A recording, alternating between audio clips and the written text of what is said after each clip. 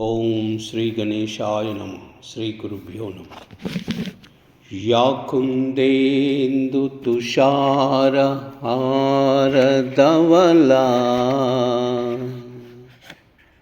या शुभ्रवस्त्रान्विता या वीणा वरदण्डमण्डितकरा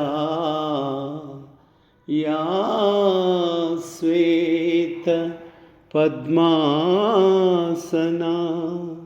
या ब्रह्माच्युत शंकर प्रभृतै देवै सदा पूजिता सा मां पातु सरस्वती भगवती निःश्रेष्यद्याड्यापः।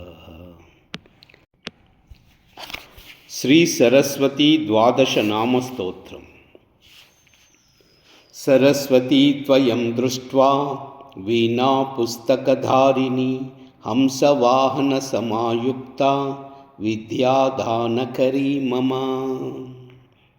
प्रथमं भारती नामं द्वितीयं च सरस्वती तृतीयं शारदा देवी चतुर्थं हंसवाहन पंचमं जगति ख्यातं षष्ठं च वागीश्वरी तथा कौमारी सप्तमं प्रोक्ताम् अष्टमं ब्रह्मचारिणी नवमं बुद्धिदात्री च दशमं वरदायिनी एकादशं क्षुद्रघण्टा द्वादशं भुवनेश्वरी।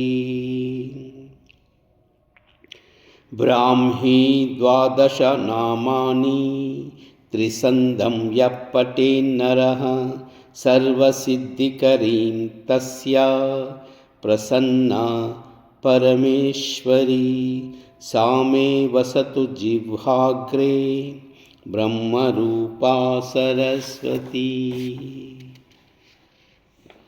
ॐ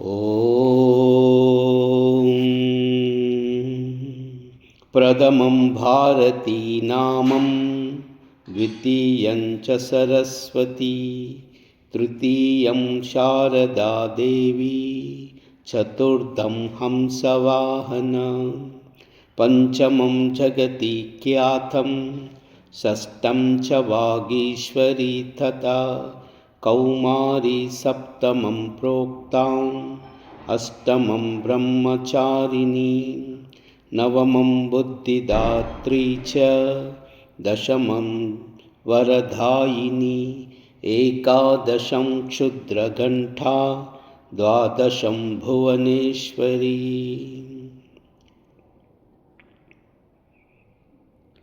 प्रथमं भारती नामं द्वितीयं च सरस्वती तृतीयं शारदा देवी चतुर्थं हंसवाहन पंचमं जगति ख्यातं षष्ठं च वागीश्वरी तथा कौमारी सप्तमं प्रोक्ताम् अष्टमं ब्रह्मचारिणी नवमं बुद्धिदात्री च दशमं वरदायिनी एकादशं क्षुद्रघण्टा द्वादशं भुवनेश्वरी।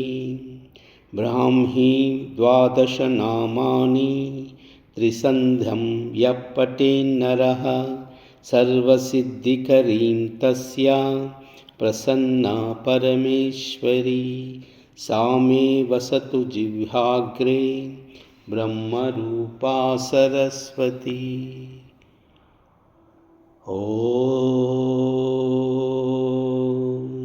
सर्वमंगल।